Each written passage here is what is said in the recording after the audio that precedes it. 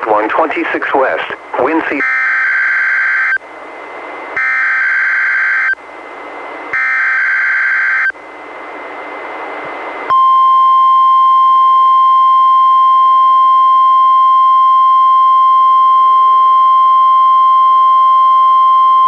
This is the National Weather Service Office in Portland, Oregon. The preceding was a test of NOAA Weather Radio's warning alarm. Tests of these receivers are normally conducted every Wednesday between 11 a.m. and noon. If there is a threat of severe weather on the day of the test, it will be postponed until the following week. This concludes this test. We now return to our regular programming.